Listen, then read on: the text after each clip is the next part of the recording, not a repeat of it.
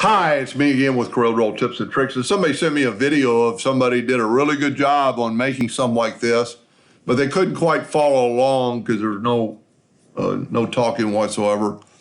And I'm not going to, they only want to be able to do this part. He actually transported it, made a mirror. He did a really good job, but I actually found a couple of shortcuts, I think, to it. I'm not saying you will ever draw this or anything close to this, but if you look, it's got some light tips around the edges, almost like it's got a light on it. So let's just draw one from scratch. It's pretty elementary to me, or it should be to you. Just take your polygon tool and have your polygon set on four-sided, and then just draw it in somewhat of a shape like that. Now you could do a square and squash it. Now we need to round off the corners to give it that effect. So we're going to go to Windows Docker's corners, and I'm going to dump that up to, like, you can actually see it happening in real time if you do this. Well, as you're moving the lettering, you can actually see it happening in real time. And then just hit apply and you've got your shape. Now I'm going to fill that shape in with a gray, and I'm going to take away the outline. Then I'm going to go to the block shadow tool, and to be honest with you, I don't know when the block shadow started, but I'm just going to make a block shadow. I don't have to do anything to it. I don't have to break the shadow apart. I'm just going to take the Smart Fill tool and fill that in with blue. Now, here's what I did a little bit different than the gentleman that made the tape or made the recording. I am going to make a duplicate of that, holding down the control button and go straight down. And then I'm going to make another duplicate and just kind of place it where you think it needs to be. Some of it is going to maybe be overshadowing the other shadows, but if you use your control button, you'll get a more precise. And I'm going to say I'm going to move the bottom one down just a hair more. And if we put our nudge factor on something little, and I'm just grabbing the bottom one, we want to be able to see that other part. Now what you want to do is take that blue color and get your interactive fill tool and just interact and fill that color. Now I'm going to take a blue and I'm going to put it down here. But then I'm going to double click there and make a box.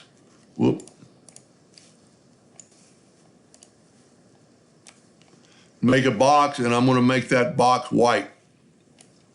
See what that did? And then I'll actually bring it up to where it's right on that corner. And you can do a little bit more. You can double click again and put that blue back there. So it's making that white a little bit less bleeding into the other areas. And then you can kind of watch it and see what you're doing and move this, up and move the white up and see it getting right on that corner.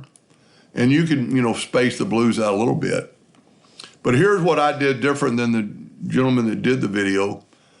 I am going to take this, and actually, let's just try this. Let's try using the eyedropper tool to sample that and put it in there, and then that didn't work. It didn't. No, I didn't mean eyedropper. I need the attribute docker, because the attribute should mimic it. So it did. But so now we can bring in the tool, and we can change these colors really quick. We can go red. Well, I guess we can go red at the bottom. We can go red in the middle. We can go red at the other one. So now we have a red one that has that same dot. Now, same thing here. Take your attribute eyedropper and take a sample and put it there. And it did the same thing, but then open now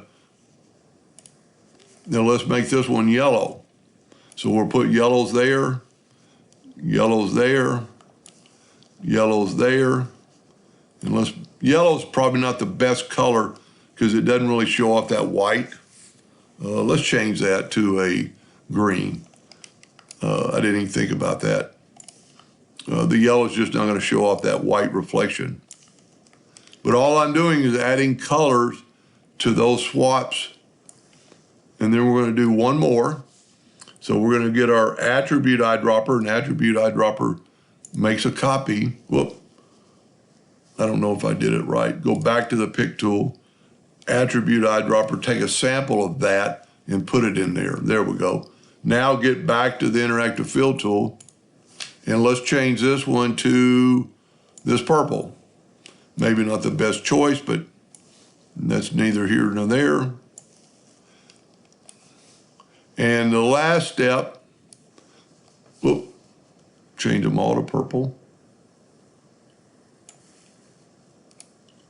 And then make that one back, I made it white. So now the last step that kind of, I think adds to it quite a bit is pick on the gray and get your interactive fill tool and just kind of go down and see that little white area of the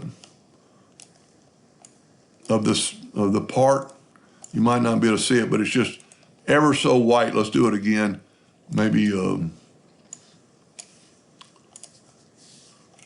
kind of hard to see on my monitor. The sun shining in the window.